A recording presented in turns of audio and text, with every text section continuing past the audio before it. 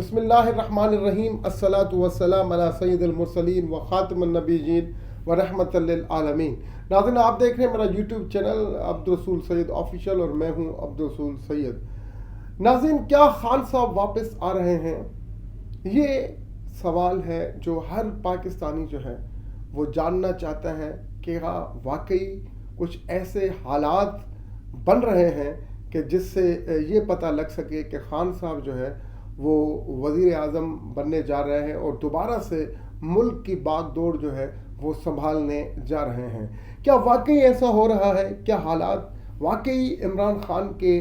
حق میں جا رہے ہیں؟ اگر میں اپنا پرسنل اوپینین دوں تو مجھے نہیں لگتا کہ خان صاحب جو ہے دوبارہ واپس آ رہے ہیں اور دوبارہ جو ہے وہ ملک کے وزیر اعظم بننے جا رہے ہیں۔ ایک طرف تو وہ لوگ ہیں جو خان صاحب کے حواری ہیں اور جو خان صاحب کے سحر میں مبتلا ہیں اور خان صاحب کا خبط ان کو سوار ہے، اور جن کو دن میں رات اور رات میں دن نظر آتا ہے، اور جو گراؤنڈ ریئلٹیز ہیں ان سے بالکل ناواقف ہیں، اور جو زمینی حقائق ان کو نظر ہی نہیں آتے۔ بس وہ تو یہی سمجھتے ہیں کہ خان صاحب جو ہے وہ آنے والے ہیں اور خان صاحب کو کوئی نہیں روک سکتا۔ اور یہ باتیں جو ہیں جو خان صاحب کے حواری ہیں، وہ جب سے خان صاحب کی حکومت گئی ہے اس کے دوسرے دن سے ہی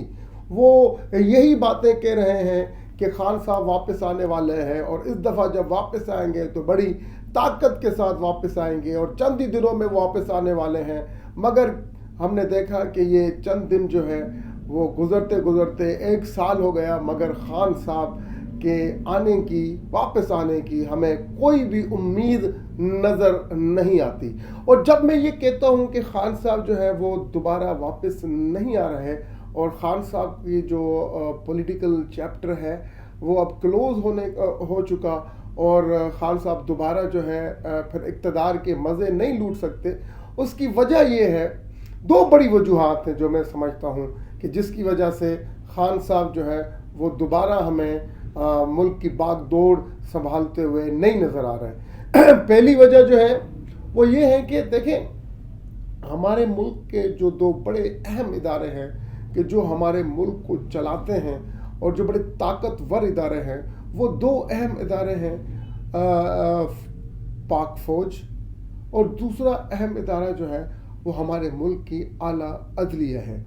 اب یہ دونوں ہی ادارے نہیں چاہتے کہ خان صاحب جو ہے وہ واپس آئیں۔ اگر آپ عدلیہ کی بات کریں، یہ جو حالات حاضرہ اگر آپ عدلیہ کے دیکھتے ہیں تو آپ کو بظاہر تو یہی لگ رہا ہے نا کہ یہ جو الیکشن پر جو ورڈکٹ آیا ہے اعلیٰ عدلیہ کا، اور الیکشن ہونے جا رہے ہیں اور کوئی ایسے حالات بن رہے ہیں کہ خان صاحب جو ہے وہ واپس آ جائیں،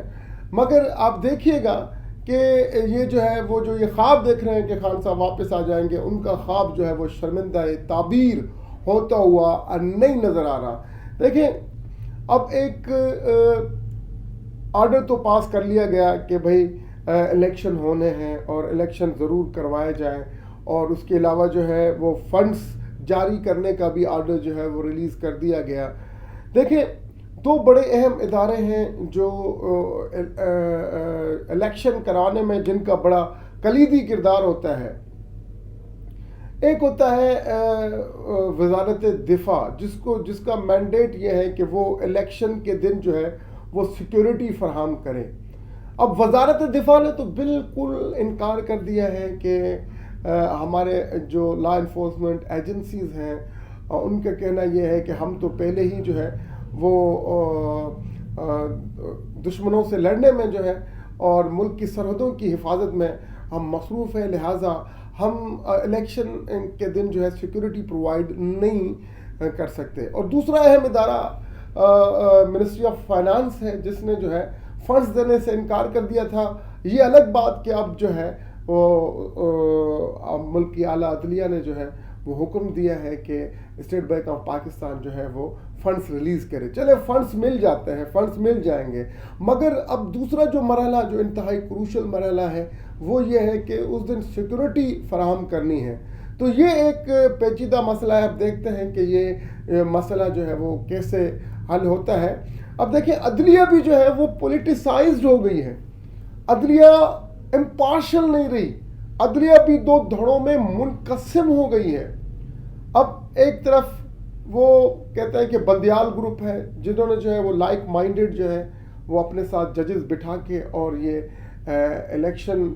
والے معاملے پر اپنا فیصلہ سنایا، اور دوسری طرف جسٹس فائز عیسیٰ ہیں جو کہ ملک کے آنے والے جو ہیں وہ chief justice of supreme court of Pakistan ہیں، اور جو بڑے قابل جج ہیں اور انتہائی اپرائٹ جج ہیں، اور وہ دوسری طرف ہیں اور جن کا کہنا ہے کہ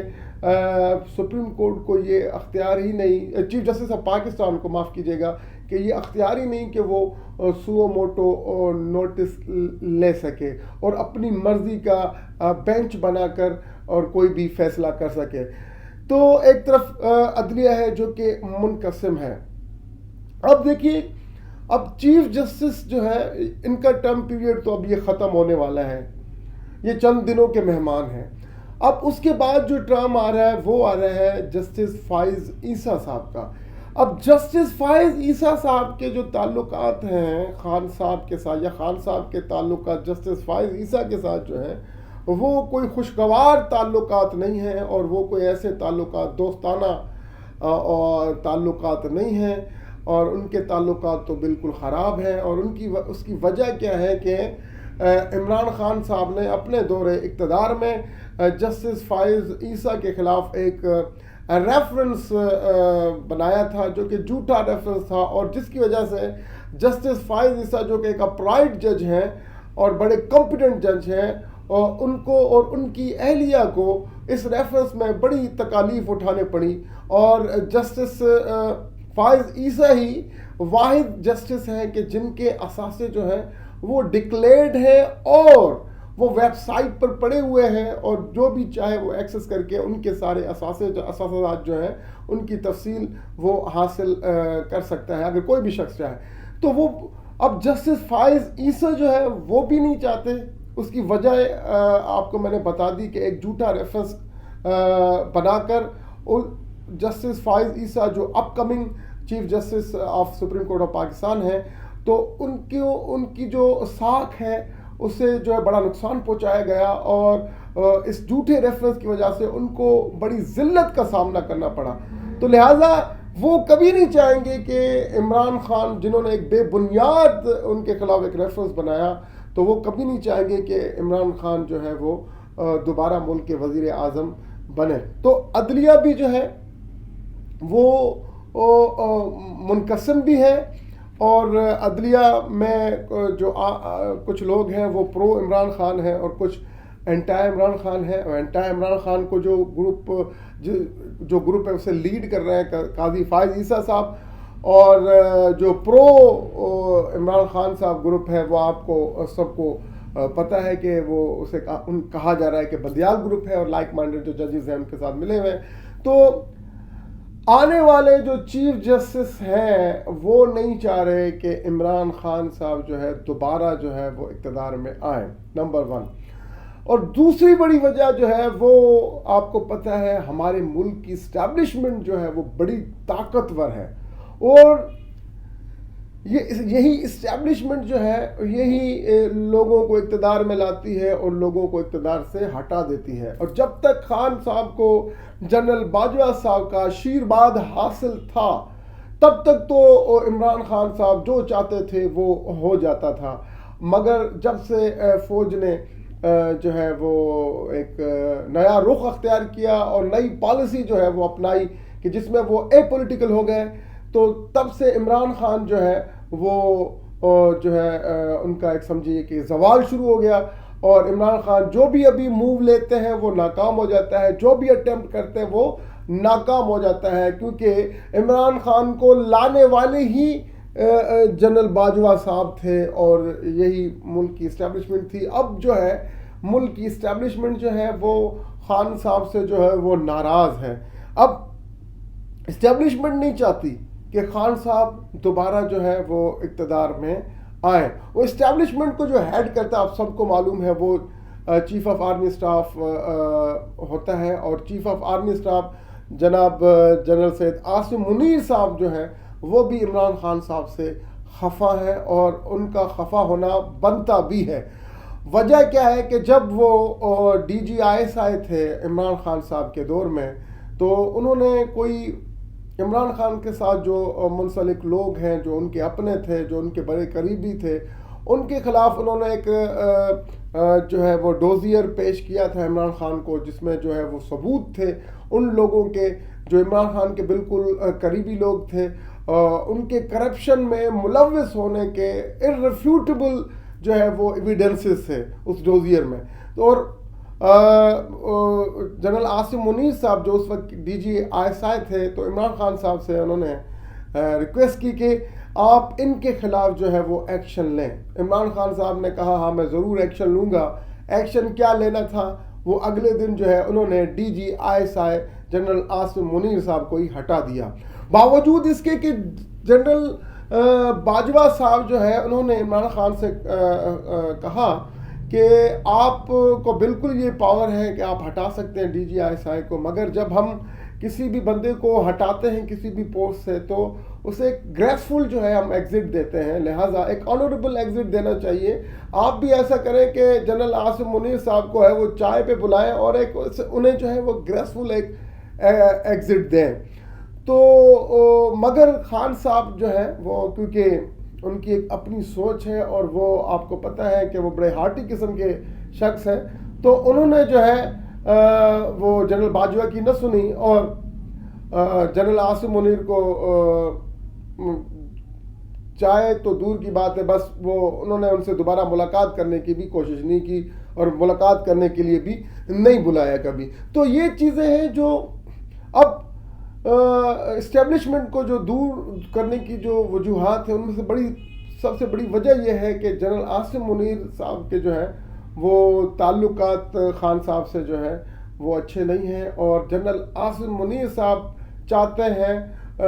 کہ خان صاحب جو ہے وہ دوبارہ اقتدار میں نہ آئیں۔ اور دیکھیے عمران خان صاحب نے بھی کتنی رکاوٹیں ڈالی، نہ صرف وہ کہ ڈی جی آئی ایس آئی جو اس وقت جنرل آصم منیر سے انہیں ہٹا دیا گیا اور انہیں آنریبل جو ہے وہ کوئی الوداعی پارٹی بھی نہ دی اور انہیں نہ بلایا گیا، چائے پہ نہ بلایا گیا اور آنریبل ایگزٹ نہ دیا گیا۔ اس کے علاوہ یہ کہ وہ چاہتے تھے اور انہوں نے اپنے بڑے زور لگائے کہ اور کوئی آرمی چیف بن جائے مگر جنرل آصم منیر جو ہے یہ آرمی چیف نہ بنے، مگر کیونکہ اب اس دفعہ عمران خان صاحب کو اسٹیبلشمنٹ کا آشیرواد حاصل نہ تھا، لہٰذا ان کی یہ خواہش پوری نہ ہو سکی اور جنرل آصم منیر صاحب جو ہیں وہ منتخب ہو گئے ملک کے چیف آف آرمی اسٹاف۔ تو لہٰذا چیف آف آرمی اسٹاف بھی وہ بھی نہیں چاہتے، آرمی چیف بھی، کہ خان صاحب دوبارہ جو ہے وہ اقتدار میں آئیں۔ تو یہ دو بڑی وجوہات ہیں جس کی بنا پر میں یہ